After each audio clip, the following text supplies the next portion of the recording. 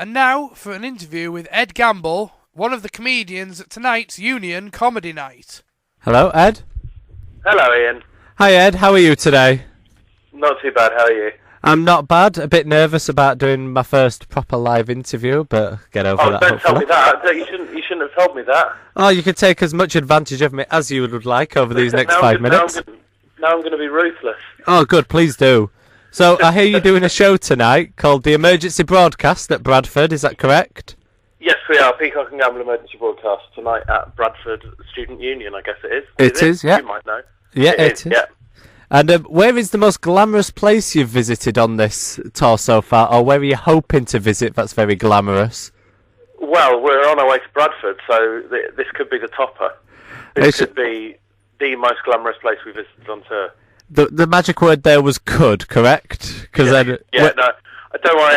I have been to Bradford before, but I was being sarcastic. No, I mean, not particularly glamorous places. We've been to York, which I guess could be considered glamorous if you sort of find old buildings glamorous. It's good that you've said that, seeing as the guy who's got me this interview is from York. He's happy now. So there you go, excellent. Just ticking some boxes. Yes, definitely. And well, then a bit of a hard question: where's the least glamorous? If you're saying they're all less glamorous, which is the least? Well, I don't know. We don't tend to see much of the places, to be honest. We'll just drive in and park at the back of the theatre, and then dump the stuff in there, do the show, and then leave again. So, I mean, I can only really talk about places in terms of alleys behind theatres. Okay, least glamorous alleyway. You want to know my least glamorous alleyway? Yes, I do. I'm really intrigued. Well, I have to say the alleyway in where would it have been? Wolverhampton. Oof. That wasn't particularly glamorous. I'm fairly sure someone had a wee in it. Okay, but no sick. That's perfectly fine. No sick. And we yet to find any sick, but we could find some sick tonight. Fingers crossed. Yeah, definitely. That bigging up Bradford there. Students everywhere. Anything could happen. Yeah. So next question is: when do you do a show? Do you notice any sort of groupiesm? I don't know if that's actually a word, but people who keep coming up to your shows year on year or week after week, and they kind of know your jokes already or pretend to know who you are. Well, we because myself and Ray do a podcast as well. We've got quite a few people who listen to that, so they'll come to the shows and sort of know what sort of thing we do. We don't really get. I mean, we don't get groupies. Groupies would suggest a sort of large band of women screaming and running after us. Is that just for the musicians? I don't want to. That's musicians and sort of some comics, but certainly not us. We tend to get sort of just young men who perhaps have listened to us in their bedrooms. So it's not screaming; it's more sort of nervous glancing. Right, that sounds very, very interesting. It sounds slightly kinky in a very wrong way as well.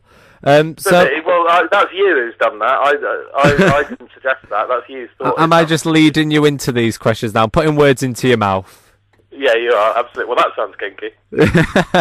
So, yeah, this podcast, where did the idea come from, this podcast? We started doing podcasts quite a long time ago now. I mean, Ray started doing a podcast called the Ray Peacock Podcast in 2007 with another guy called Rosie James, and then invited me to come and be on that podcast. Then we just struck out on our own and just did the Peacock and Gamble podcast. And then from that, the idea of the live shows has come together to do Peacock and Gamble Emergency Broadcast, which is it's separate from the podcast, but it's those personas as well.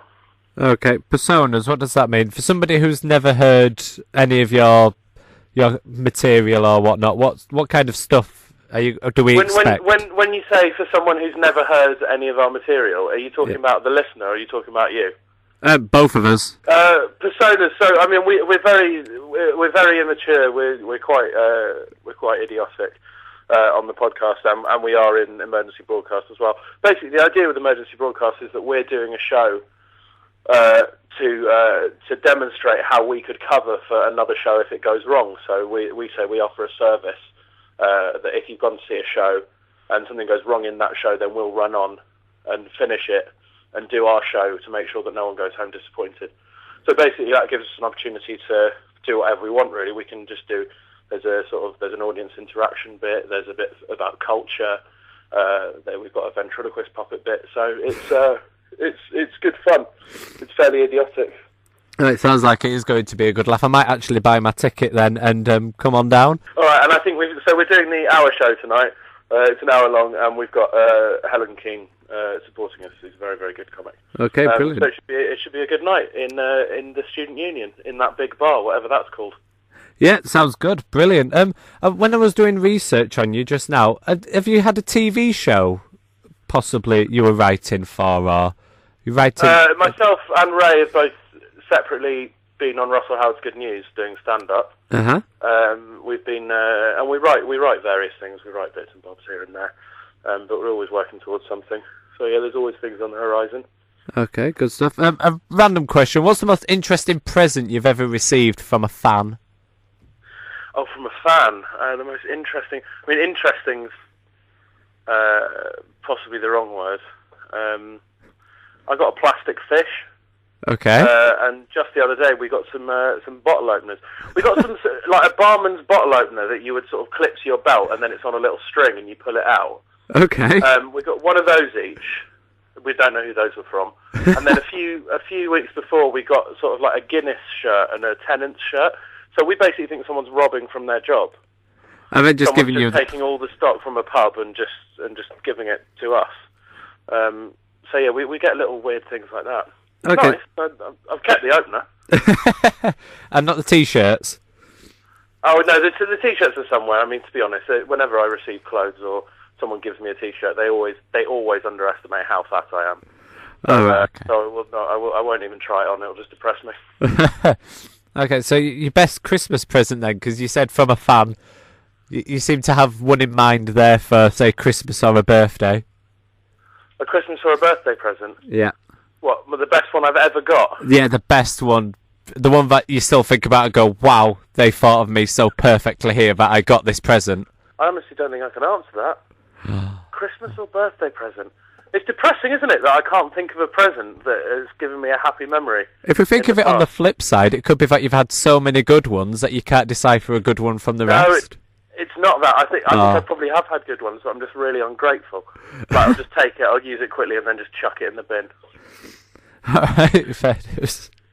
And for all the single student ladies here who are all desperate to know, what would be your perfect date? Well, my perfect date would be with my girlfriend, single student ladies. I apologise. They're probably all turned off now, haven't they? No, not at all. They're probably still listening. They're intrigued now. They're intrigued. My perfect date would be not leave the house.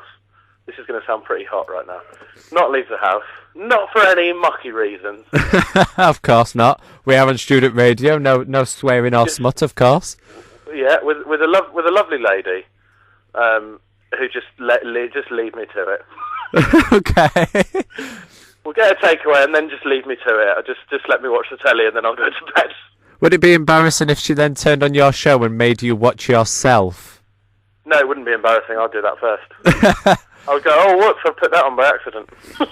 Just to show her how great you are in every situation. Exactly, yeah, exactly. Multi-skilled. Definitely brilliant. Anyway, thank you very much for your time. Cheers, Ian. Thank you very much, mate. Thank you very much. We'll see you down there tonight at the Union. Oh, you will do now. You've explained it to me, and I'm extremely excited. With the... All right, we'll see you down there.